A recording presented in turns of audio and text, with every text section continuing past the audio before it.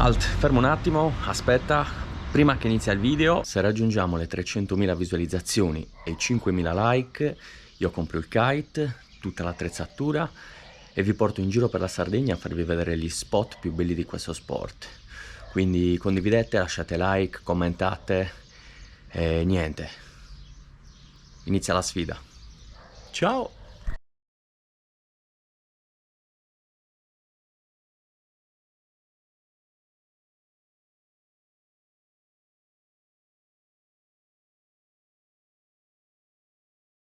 Oggi facciamo un giro in kite. Giuro che sono 10 anni che non entro in acqua, ma 10 anni veramente.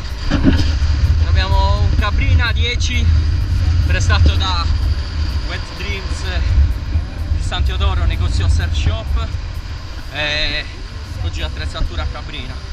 Adesso vi faccio vedere la cinta, siamo abbastanza sovrainvelati, quindi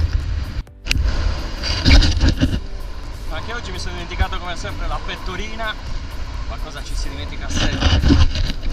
Comunque, kite c'è.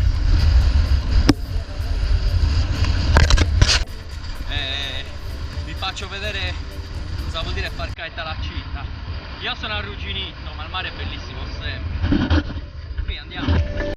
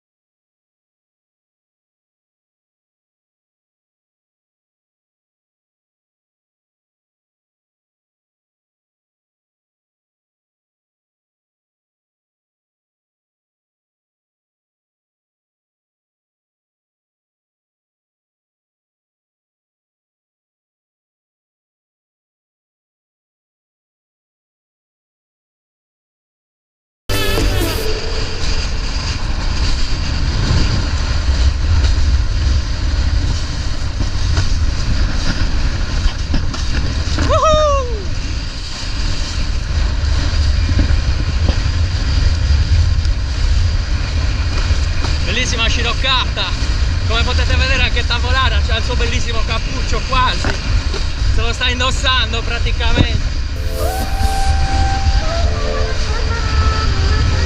Nel pomeriggio, adesso siamo all'ora di pranzo, nel pomeriggio dà ancora più forte il vento e niente, bello.